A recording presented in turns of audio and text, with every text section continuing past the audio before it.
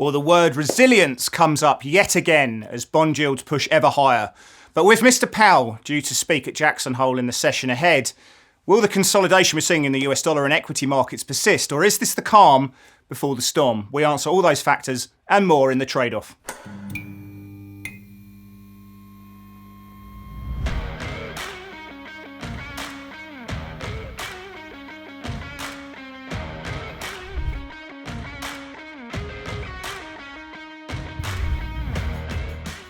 Well, hi, I'm Chris Weston, Head of Research here at Pepperstone. I'm going to bring Blake in a moment into the programme.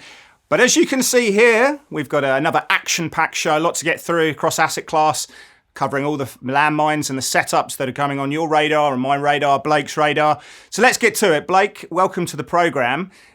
We have a big event risk in the sense that all eyes are on Jerome Powell. You didn't get a Guernsey, I can see. I mean, if you're making your way slightly east out to Kansas to Wyoming, it's not too far. I think you said it's about 900 miles. But you didn't get a Guernsey. It's just north. You're with us today. You're with us today, rather than shindigging with Lagarde and Jerome Powell and those players.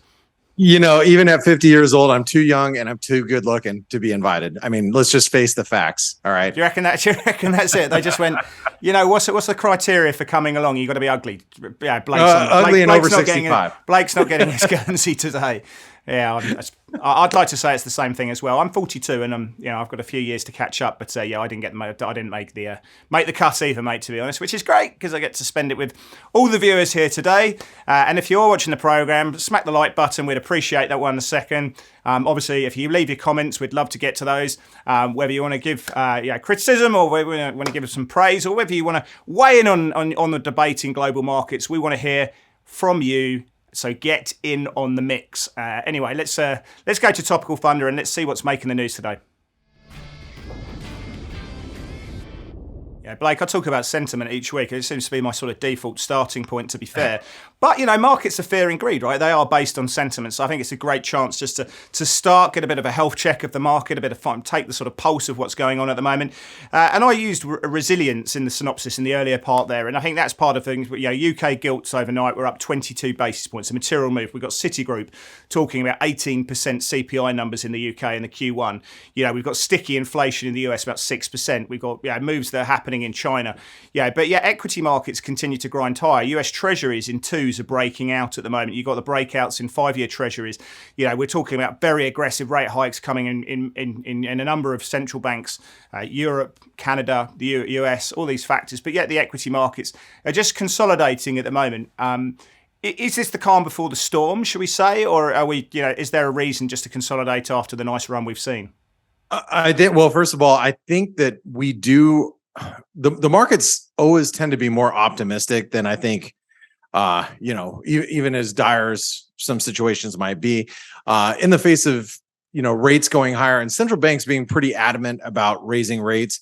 Obviously, we're going to be kind of clued in at the end of this week how, aggressive not only the Fed but how other central banks might be and if they're going to stay the course or not. But you're right. The markets are very, very resilient.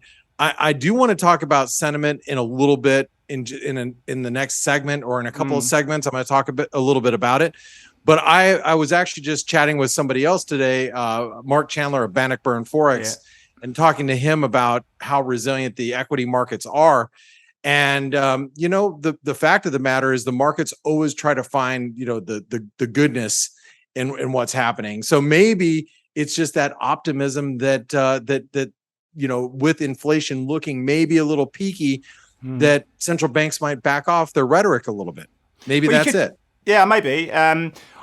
It's interesting, though, because one thing I look at is hedging flows coming through the market. And I think if you go to the options market, that's pretty clear. If you look at skew in the difference between, say, like 25 delta puts relative to out the money, volatility for 1 month, there hasn't really been any kind of pickup, even though we've seen this 18% move up off the S&P lows. 12% in the local market here, but you've not seen really any kind of major pickup in hedging activities, and you could say, do you know what? I'm long equities, I'm long risk, and this is actually quite cheap to hedge some of these underlying positions, but you're not seeing those flows at the moment. So it's interesting to see that. You can use the VIX as probably the default position, and that's trading at 22%. So it's still holding 20%. I'd like it above 25%, but you're not seeing people betting, through options market on big downside at the moment, and you're not seeing massive hedging flows at the moment. So it feels like the market wants to see something, and they need a new catalyst. Maybe it comes from Jerome Powell. Maybe it comes in the following weeks from payrolls. Maybe it comes from CPI numbers, and then maybe a 50 or 75 basis point hike. But the market is in this hiatus right at the moment.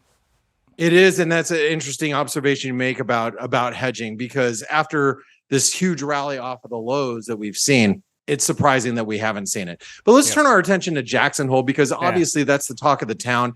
And it is. It's going to be the talk of the town. And even if we're not there and you weren't invited, nor was I, but all eyes are going to be on the Fed chairman here. In the U.S., he's scheduled to speak on Friday at 10 a.m. And we're not even getting a schedule of speakers until tomorrow. So at some point. So what's interesting about that is usually we start getting comments and you start seeing headlines because, speakers are coming on camera, talking to different outlets, different news outlets, but really the spotlight's going to be on the Fed chairman. But I asked this question when I was talking to other people, and I want to ask you, should we be paying attention to any other central bank? I mean, should we be paying attention to Kuroda with this meltdown that we've seen in the yen this whole year? Should we be listening to other central banks and what they have to say? Or is it really just all Fed centric? I personally think that everybody's really laser focused on the Fed, as they should be. But I'm wondering, should we start paying attention to what other central banks are saying? What are your thoughts, Chris? Yeah, I think absolutely everyone's going to be focused on Mr. Powell. He speaks, midnight Saturday for Eastern Standard Time. I'm not sure exactly in local time. But yeah, it's really all about that situation. For me, we look at the probability distribution and what the potential outcomes. Why would he do anything other than keep his foot down on the inflation debate? Sticky inflation's at 6%. He needs to continue hitting that home. But there's also reasons to believe there could be some nuance around that. We've seen a slowing in various economic activities. Certainly in the soft data readings, we've seen the unemployment rate at this and employment is still very, very strong. So I think until we get that CPI number on the 13th, the payrolls number on the 2nd of September, he needs to give himself maximum flexibility, continue to be, very ambiguous about what's going on and keep the market guessing and give them flexibility to go 50 or 75. So it could really be a non-event. And that's the kind of way I'm looking at it. But are we going to get anything that sways the 75 basis point hike argument? Anything that goes towards 50 could see the dollar quite sensitive to that. What we're pricing in, we're pricing 66 basis points of hikes for that September meeting at the moment. So that's kind of what you're keying off. One fact, Blake, before I let you take over, there are 6 different types of rabbits, species of rabbits, which are native to Wyoming. So, really? I think that's a really interesting fact around that. That is a really interesting fact. But what also is an interesting fact is looking at global PMIs and how they are all dropping quite precipitously. They are, so mate. In the face of a global slowdown, not just here in the U.S., I mean, I know the Fed is supposed to be focused on what's happening in the U.S., but they have to be taking into account what's happening globally. And globally, it's starting to look a little shaky. That's why I asked that question, Chris. Yeah, no, it's a good one. I just think that he keeps himself his optionality firmly open until they get a little bit more data coming through. Anyway, I just think it's interesting because, look, you ask anyone who they think is the most... what's the word? I suppose who's the most influential central bank? Every single person should all say the Federal Reserve. Who's the central bank who probably has the easiest job? And you probably say the Central Bank of Turkey, because if you don't do what Erdogan wants, then you're kind of out. But I had a question from a client the other day, and he said, which one has the hardest job out of policy? And I've got my views, and maybe I'll answer them in a second. But I'm interested to hear what if all the central banks, certainly in G10, who do you think's got the hardest job in setting policy? Well, I think most of the European countries that have independent central banks are dealing with a lot of issues right now, especially for energy reasons, and then obviously a slowdown. And I know that the European Central Bank, they have a lot of issues that they're going to be dealing with as they go into the fall. I mean, not only do you have to deal with what's happening with Ukraine and what's happening with Russia, what's happening with energy, but also a slowdown and an uneven slowdown without fiscal, like here in the US, I mean, we have a fiscal and monetary bond and union. They got 19 countries to deal with, right? Isn't it more now? I don't know. 19 I lose track, but I mean, what a juggling act that the ECB has, and I think they are going to have a very tough time going into this fall. And then also, I guess if you want to talk about another central bank, you probably talk about the PBOC, because they are actually dealing with a massive slowdown right now as well. So I don't know. Chris, what are your thoughts?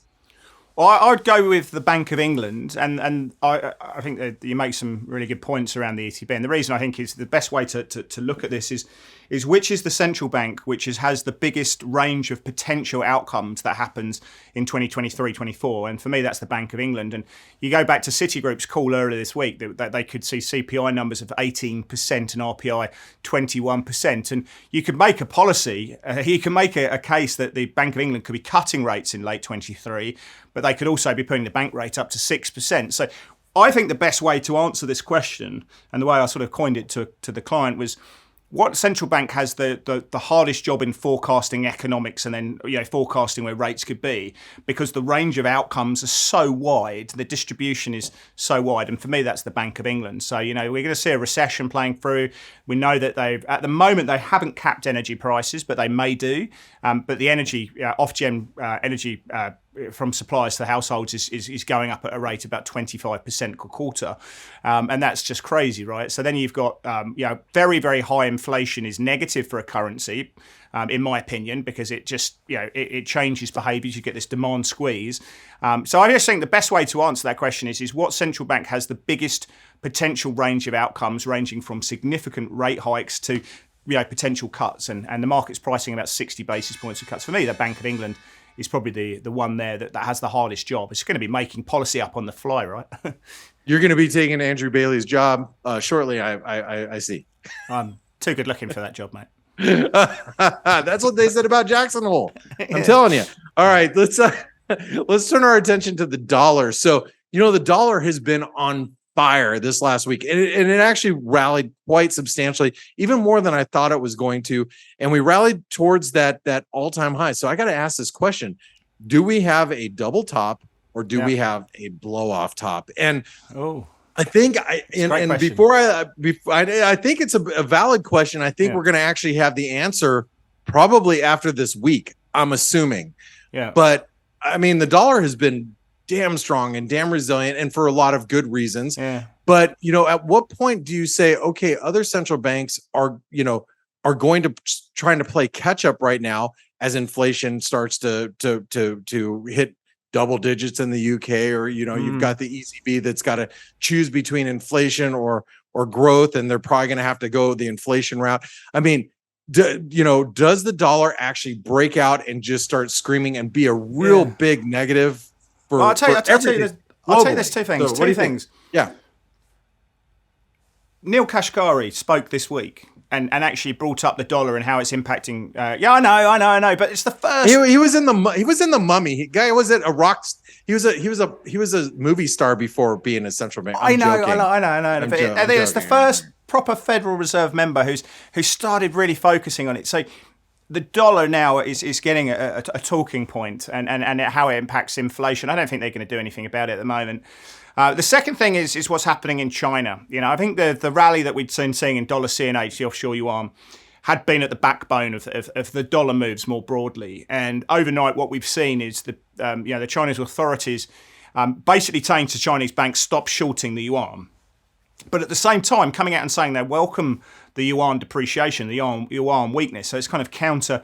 They don't want people to bet against it because they don't want to see like a really impulsive move up in dollar CNH. But at the same time, they kind of welcome it. And for people in domestic markets, if the PBOC are welcoming a currency move, that's generally kind of what we're doing. I think if dollar CNH continues to find its mojo again and push into say 7, dollar index is going up, because that would really see the euro dollar down. Look, the euro dollar, we've got a little bit of time left here, Blake. I mean, we've got European natural gas prices trading around 300 euros at the moment. German electricity price is just absolutely going exponentially. We've got a shutdown of the Nord Stream pipeline at the moment. European growth is awful.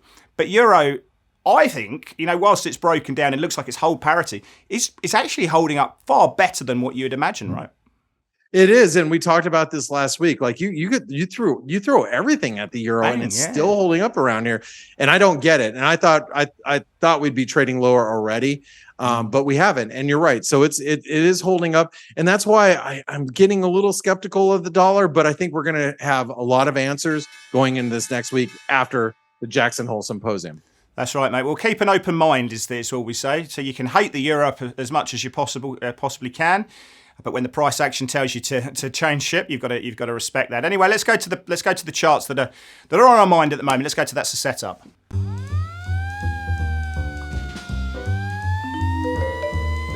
Well, one that we know time and time again, Blake tells us he's a bad trader, but a very good caller is the crude chart. So I want to bring this up, and I want to get some homage for the little spiel at the bottom, $100 for a wedgie. How do you think about that? Do I get some?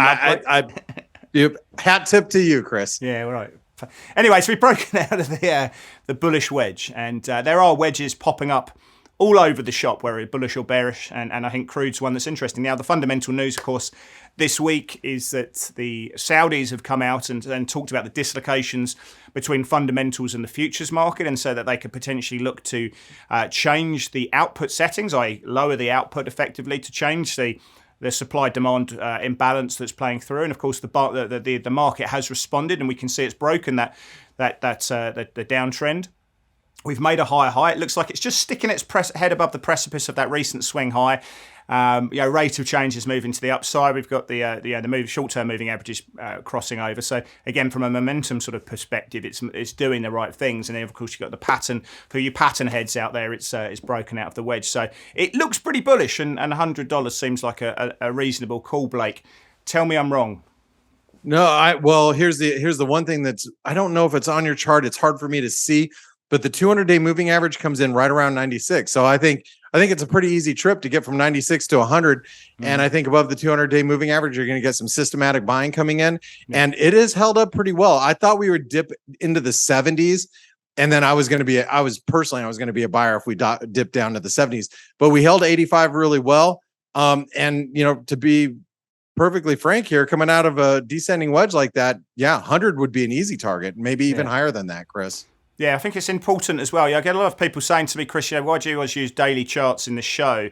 Do you trade off them? And of course, we might trade off hourly charts or 4-hour charts, but I think in the context of looking at the big picture setups and how it sort of translates for programs like this, I think daily charts, we could use weekly, gives you a really good perception on the sort of aggregation of flow and behaviours at this one time. So I like this one. I think it's got legs for $100. That's obviously the big round number that we potentially target here. Top-down analysis. I like it, Chris, and that's why we usually show up with the dailies. Let's take a look at the S&P, and the S&P. There's your wedge. I think it might be a trap, Chris. Now, do you remember the Admiral Akbar from Star Wars? As that weird-looking guy, he goes, "Oh, it's a trap! It's a trap." Well, everybody's leaning into short S&Ps. Everybody, 200-day moving average. There's this gentleman on Twitter. He posted that it's September. The only 3 times net short was more in the last 25 years was September 2007, October 2011, June 2020. All resulted in some cases a large squeeze, and in other cases just several more weeks of a squeeze before we rolled over. But right now, everybody's leaning on the market, Chris, and you made the argument about a lot of people not being hedged on their longs. Well, there's a lot of people that are leaning short right now, and that 200-day moving average rejection, that ascending wedge, that made a lot of sense for us to come down. 4,100, or actually more specifically 4090 is the 38% retracement. If we can hold that going into this weekend past Chairman Powell, I think we actually can make it towards 4,400. What are your thoughts here? Is it a trap, or do the bears win out here? I want to say the Bears are going to win out. And I'll tell you what, literally before I came on air, one of my friends texted me and said that Jim Cramer's just put out a tweet saying the lows have been seen. And we know how that goes, the best reverse indicator that you can get out in the market. So I think probably from that perspective, it's well worth going short. We'll have to see. I mean, yeah, I think... having an open mind. I mean, I think every strategist on the street at the moment is saying there's nothing attractive about equities here, that we've had a repositioning move, and that we go lower. If you read sentiment in the room in social media, everyone thinks that we're going lower.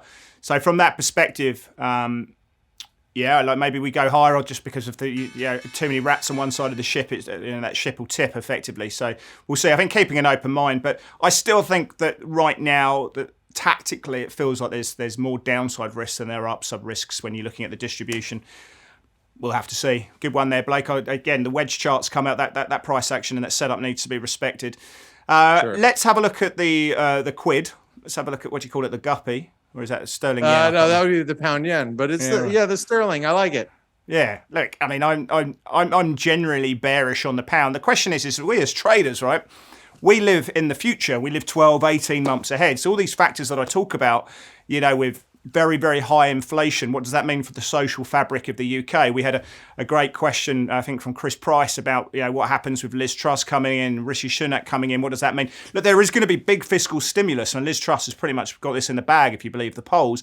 And she's going to come out with massive fiscal stimulus, which is 1.5% of GDP, and that's obviously going to be deficit funded, which should increase growth. But again, you look at the fact that they've got a balance of payments issue. They're getting hit from both sides of the capital account and the current account, and you've got to take a very negative stance on the pound. The market's betting that they're going to see 60 basis points of cuts in late next year into 2024. There's no other central bank that comes close. So I think the UK have some real problems to deal with, and I just don't think Liz Truss is going to work them. So look, for me, the setup here, Blake, is this double bottom that we can see around 117.90. We've held on so far. For me, it cracks, and you continue selling pounds in that situation. So you wait for the market to show that support means nothing anymore. Everything fundamentally suggests that this goes lower. What do you think? Well, I think that what you don't have drawn up there is just a descending channel. Bottom of the channel comes in below 116. So if we do get that clean break that you think that may develop, and then that goes back to the dollar, seeing the dollar actually rally and not have a double top, but actually break out. I think you line those two things up, Chris, and you're trading below 116 probably over the course of the next few weeks. One thing that I am a little worried about, though, regarding the sterling, at least right now, is we had a divergent relative strength intraday and gave us a false breakdown below 117.50. That's the one thing that gets me a little nervous, but I'm not trading it. I'm kind of observing it from afar right now. Yeah. And the Bank of England, just before they actually start cutting rates, are still expected to be one of the central banks that raises most aggressively over the next 12 months. I think we're pricing in about 250 basis points of additional hikes on what we've already seen. So, that's probably supported. Although you are paying, you're not getting any real carry in the pound relative to the dollar. So, that's an interesting one. But the rate cuts are expected. Whether those are true, we'll have to see. All right. Well, let's take a look at your hometown currency, home state currency, home country currency. Let's take a look at the Aussie. Chris, you love it, don't you? You love it. I do. I'm an Aussie lover. What can I say? I love the bid that it has. I've been actively buying the Aussie all year, as it dips down in this, high 60s, 67 cents, 68 cents. And I've been playing it to the long side down here. And one thing that I can't get away from is the fact that we're holding up a 618, 61.8 Fibonacci retracement at 68.55, 0.6855. That level's holding, and it looks like almost an inverted head and shoulder pattern might want to develop. And if the stock market does hold and retain its bid, and you pointed out how resilient the market is, if the market holds up and we actually continue to rally and we press towards 4,400 in the S&P, I think you have to be looking at the Aussie that we might see that 200-day moving average again. I think it's well bid, and anybody who's been shorting Aussies just hasn't gotten paid, and that is a fact. So what do you think here, Chris? You got to get paid, G. Got to get paid as a trader. You got to get. But I mean, yeah, it depends on the time frame. I mean, there's probably some money, but obviously being made if you're scalping and going intraday. But yeah, if you're taking the big picture situation, it's tough, isn't it? You're just not getting those big sort of prolonged moves. So you've got to be cute. You've got to be in front of the screen. You've got to be far more aggressive in reaction. It's like dollar yen at the beginning of the year, which just went up and up and up. You can't hold those positions for any kind of conviction. And if you're systematic in any kind of capacity, then you're just not getting many trades on here. But yeah, I think that 69.50, 65 is it that I can see, and that for retracement level. If it breaks through that to the upside, I think that's what you want. You want to buy strength and wait for a real strength to kick in, and real weakness to kick in, and make it look like what's going on. But yeah, I think you're at the mercy of risk sentiment. So equity markets are dictating. If we saw the VIX pushing above 25% for a sustained period of time, that higher vol environment would probably be something that the Aussie dollar is going to react to as well. So for me, the Aussie dollar is not a reflection of what's going on in Australia. It's just a vehicle for expressing risk, really. So yeah, we'll have to watch those. Although we do have the RBA on September 5th, I believe. Yeah, September 5th. Yeah, I think it's just the first Tuesday, though, so it's around the 7th. But they'll go 50 basis points in that situation. The question is are we pricing in too much or too little further down the curve? Well, anyway, I bet we're going to talk about that next week. We will, mate. We will, and you'll still be loving the Aussie regardless. I'm joking. I think so. Yeah. Anyway, let's go to play of the day. Let's see what's top of mind for Blake and myself.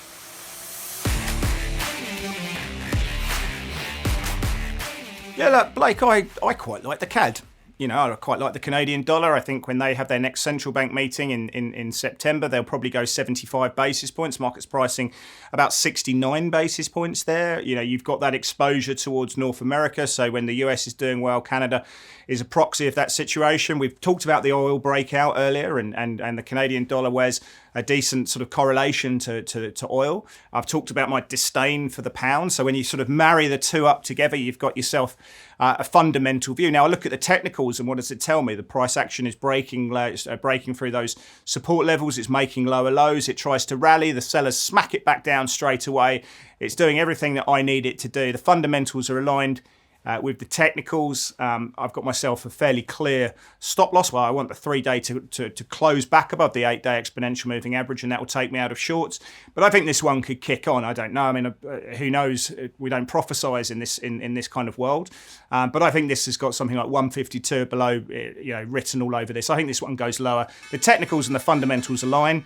And when you've got that, the stars are aligned, you got yourself a trade, G. You got it. All right. Well, I like it. I think the pound looks like it's horrible against all the commodity currencies, really.